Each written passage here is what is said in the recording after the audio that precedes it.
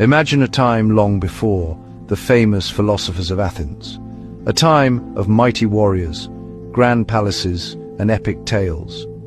This was the world of Mycenaean Greece, flourishing over 3,000 years ago, between roughly 1750 and 1050 BC. It represents the very first advanced, complex civilization to arise on the Greek mainland, a true powerhouse of the late Bronze Age. This isn't just a dusty chapter in a history book, it's the vibrant, often violent world that gave birth to the legends we still tell today.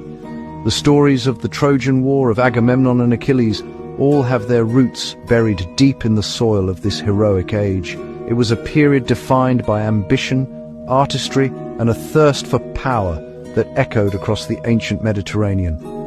The Mycenaeans were not a single unified nation, as we might think of Greece today.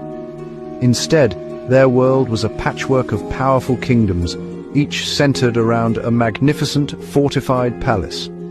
These were the nerve centers of politics, religion, and the economy. The most famous of these, giving its name to the entire civilization, was Mycenae. It was a formidable fortress perched on a hill in the Peloponnese, its walls so enormous that later Greeks believed they must have been built by the mythical Cyclopes.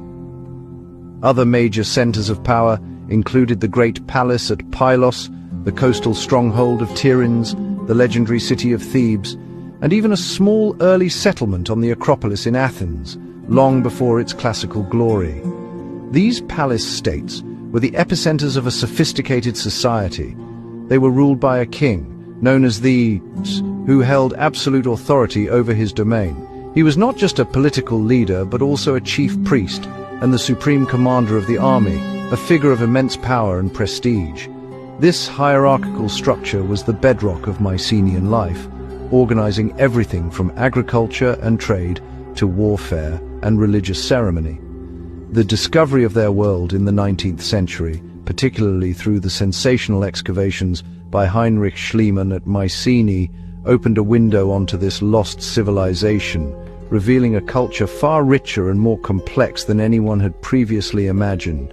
Understanding the Mycenaeans is absolutely crucial to understanding the whole sweep of Greek history. They laid the foundational stones for what would come later. Their language was an early form of Greek, their gods were the ancestors of the Olympian pantheon, and their stories provided the raw material for the great epic poems of Homer and the. Without the Mycenaeans, the golden age of classical Greece might have looked very different indeed.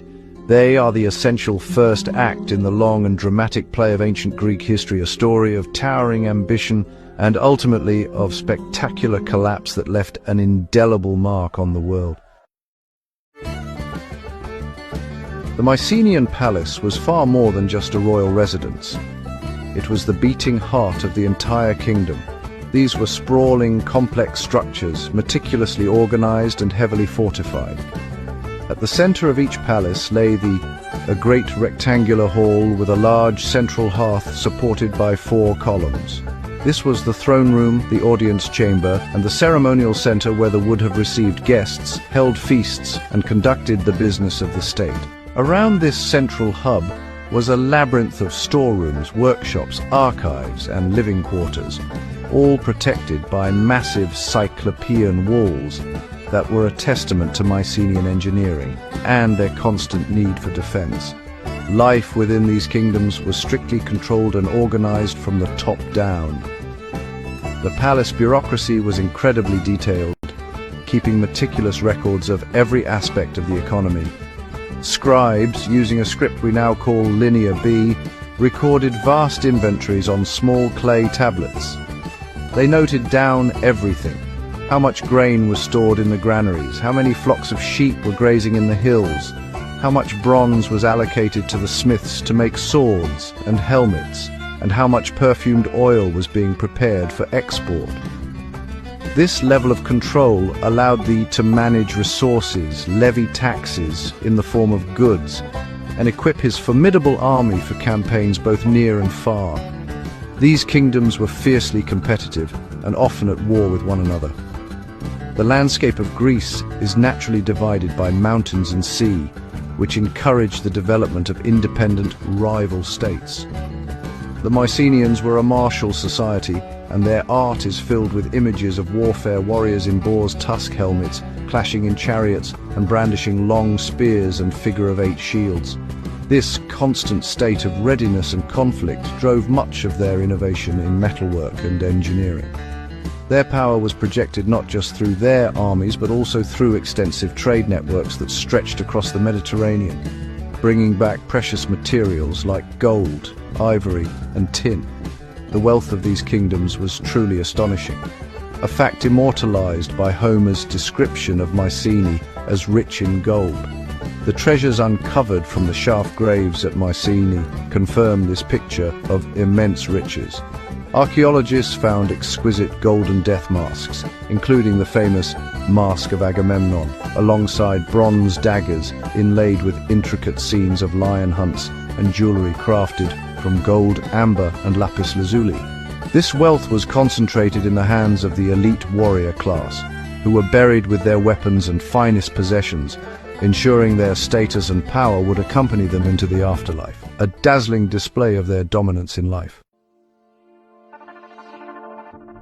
For the vast majority of people, life was one of labor in service to the palace.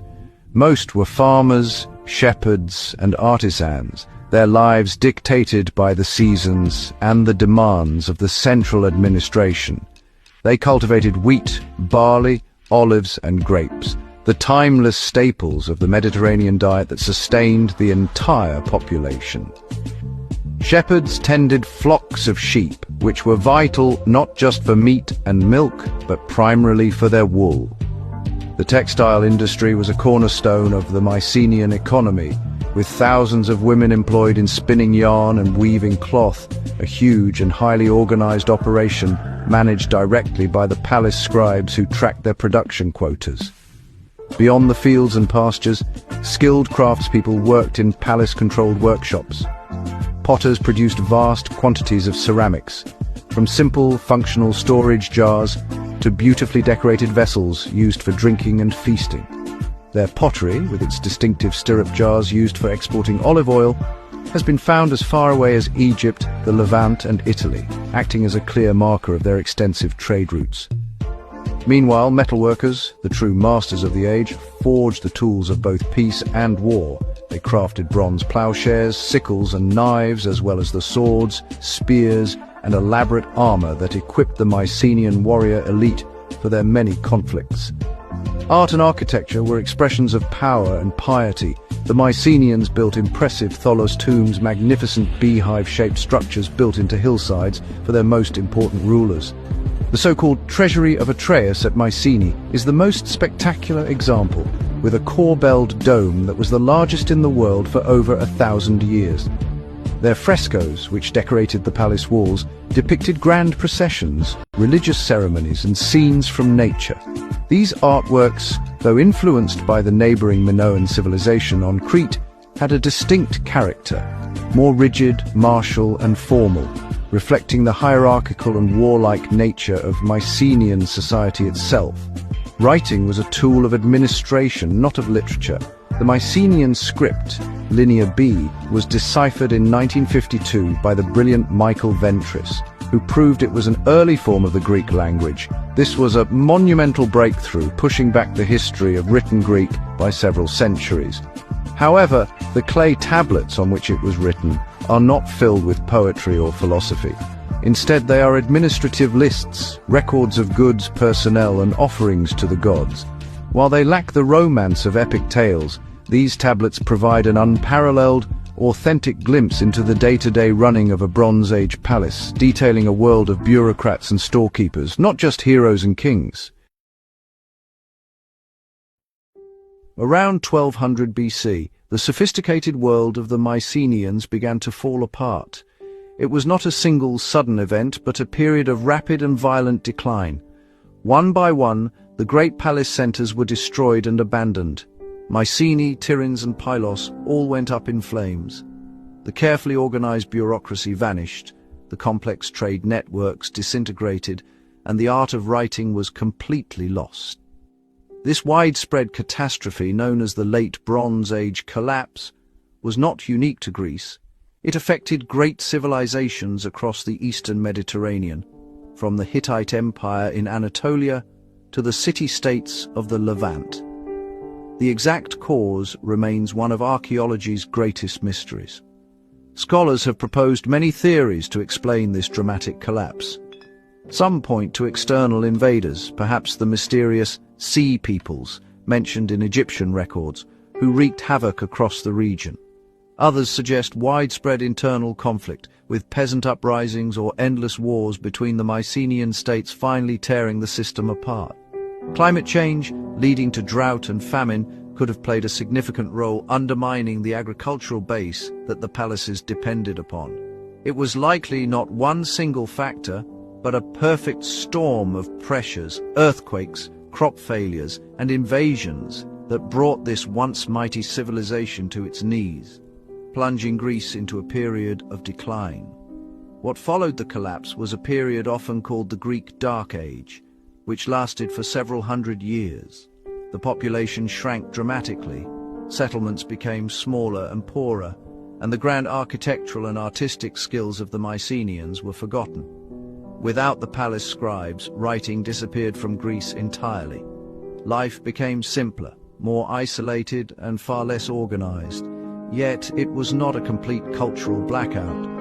In the shadows of this decline, memories of the heroic Mycenaean past were kept alive, passed down through generations not on clay tablets, but through spoken word, in the form of epic songs and poems recited by bards. This oral tradition was the Mycenaeans' most enduring legacy. The stories of their great kings, their glorious cities, and their epic Trojan War evolved into the foundation myths of later Greek culture. Centuries later, these tales were written down by the poet Homer, creating the and thee. These poems, harking back to a lost age of heroes, became the cornerstone of Greek identity and education, shaping their values, religion, and sense of a shared past. In this way, the Mycenaeans never truly vanished. They lived on as legends, inspiring the classical civilization